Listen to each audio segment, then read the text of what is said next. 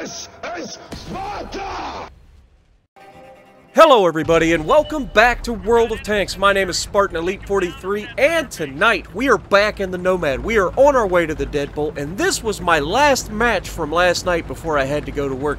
Now, I'm going to start off by apologizing to all of you folks because unfortunately, after the end of this epic match, I thought I recorded the match and then I closed my Elgato because I was getting ready to go to work. And then I realized I hadn't recorded the match. So this will be taken from the replay system. And I apologize to all you guys. I know that the replay system is not preferable for a full replay.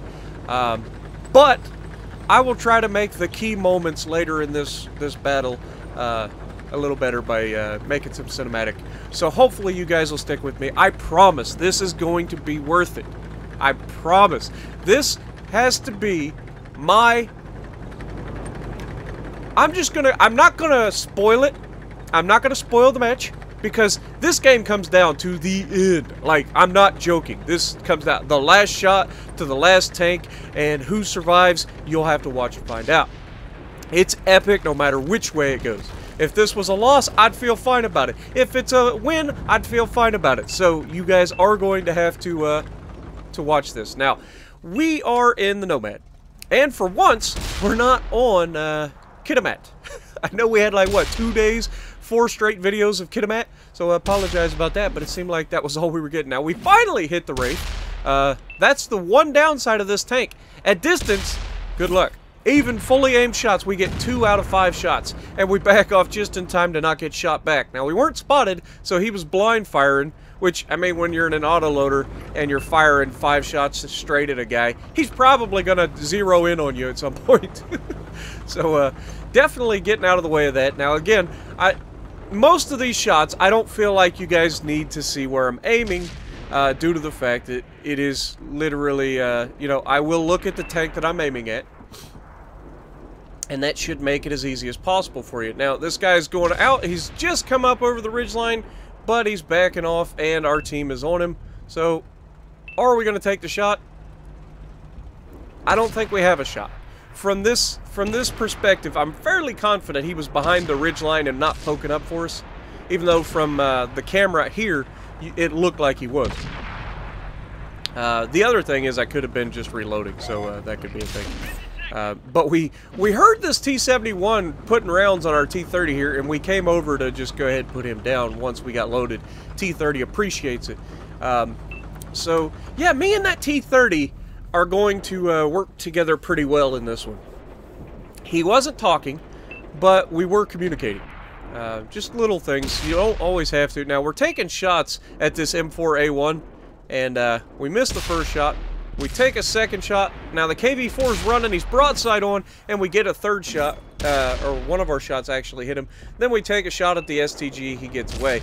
Not a good start to this match so far as accuracy goes. Now, the good news is we've already got our sniper medal. We got that in yesterday's video, so we didn't have to worry about the sniper medal so much as we did for the XP. So we just need to get as much XP as possible to move on to the next tier. And now you can see I'm telling my team, hey, I'm loading, 20 seconds to go. But I can't express to you enough how amazing this match is. It's gonna be absolutely epic. Like I said, I know it starts off slow, and I know it sucks to not be able to see where I'm aiming and, you know, all that. But like I said, I am actually, like, trying to show you guys the person that I'm aiming at with the camera. So you can see I'm aiming at the Conqueror right now. Conqueror is broadside onto us, so can we hit him? 1 shot hit, 2 shots hit, and 3 shots hit, and then somebody finally deletes him. So yeah, Conqueror, why? Why are you rushing 4 tanks solo and then having me out here in the distance with your broadside on? So we take a shot at the Gordage there. We miss, but it's fine. Just had a little piece of him to shoot at, like very, very small piece. And I was hoping for that amazing RNG to come through and help me. Now, me and this T-30 are pushing up. I've already told the guys on the right, you guys need to push those 2 tanks. There's no reason for you guys not to. There's only 2 of them.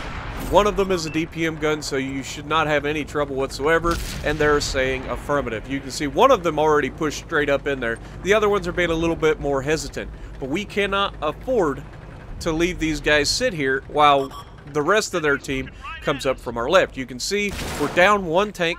Now, I pull out, but not all the way. I'm using the rock as cover, and I've angled my hull, and all I'm given is my turret to shoot at with my hull that's angled. So, we take down the M4A1, and then we just go ahead back up. There's no reason for us to get into a fight with 3 tanks when we can limit the amount of people that can shoot us. And so I give them a chance to think about their life choices, and then I back off. Now, I go over, I get shot by that T-25 too, but we did put one on him as well, so it was a fair trade in my book. You know, I hit him for at least as much as he hit me for, probably a little bit more than he hit me for, because he's down to half health. So, good job by him flanking. I'll say this, that T-25 too is dancing around out there, using his mobility to his advantage. And you'll notice I'm looking at this STG over here fighting our Lycan. I told our Lycan, dude, try to pull him over if you can, but it was already too late. Guy had already been tracked. He's stuck in front of the STG. But it's fine, because me and the T-30 are falling back. And you'll see right at the very end, you notice this guy kind of go up the hill.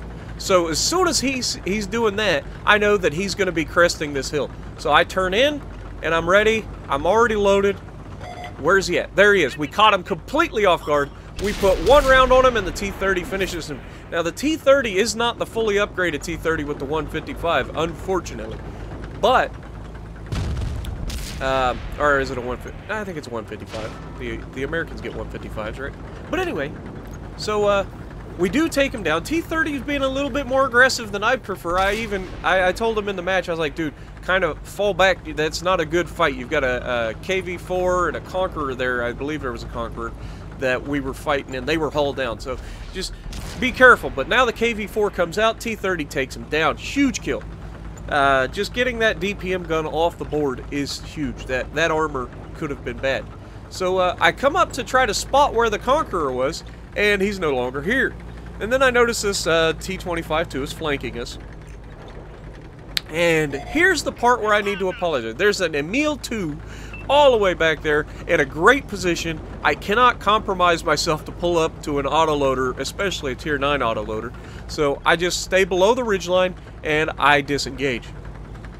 As long as I'm down here, I don't think he has a shot on me. So I just, you know, start focusing on that T-25-2. Now you'll see right there, the T-30 tells me to follow him. And I'll be honest, I probably should have. But I was worried that the Emil 2 behind me would be able to hit me if I go up over that ridgeline. So I go down through the trench. And I was not expecting this T-25-2 to go head-to-head with that T-30. I was expecting them to get off into the right side of the map and run. So I was going to go up through this right side, see the path right ahead of us. I was going to go up through there and go after the little guy. But, in my surprise, I was wrong. He's going straight for our base, and our T-30's going to intercept, and he's going to stand toe-to-toe with the T-30. It's not a situation I was expecting. T-30, like I said, not fully upgraded, so he's vulnerable with his low hit points to getting out DPM. So T-30 is going to get one shot into him, and the T-25-2 knows that he's alive and it's going to be a long time for him to reload. Can I get over the hill to save him? No!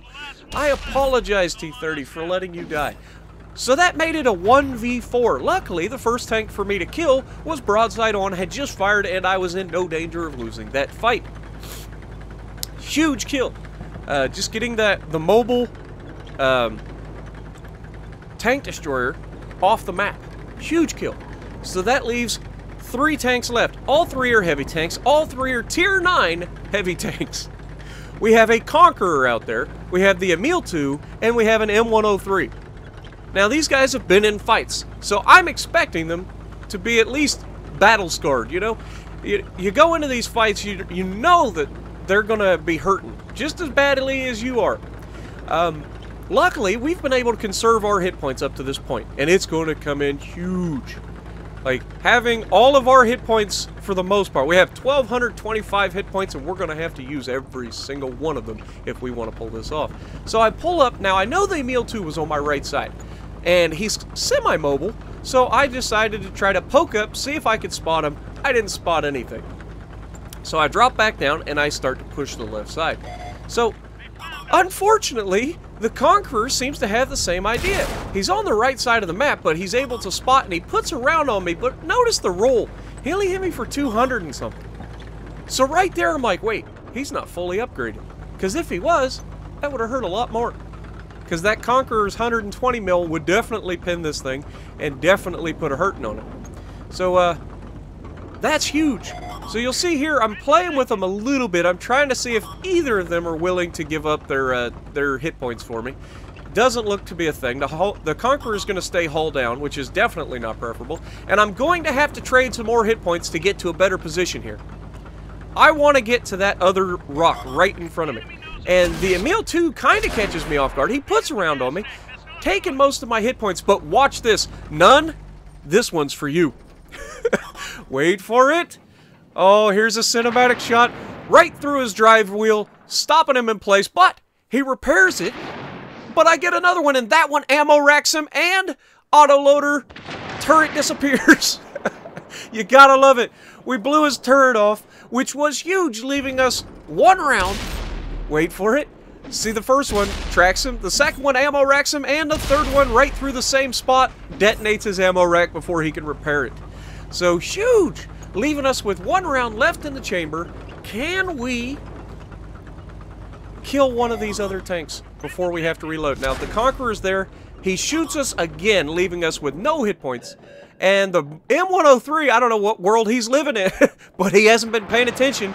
And back to the garage with you, Sunshine. Leaving it just mano a mano, me and a Conqueror versus one another. The best player from my team versus the best player from his team.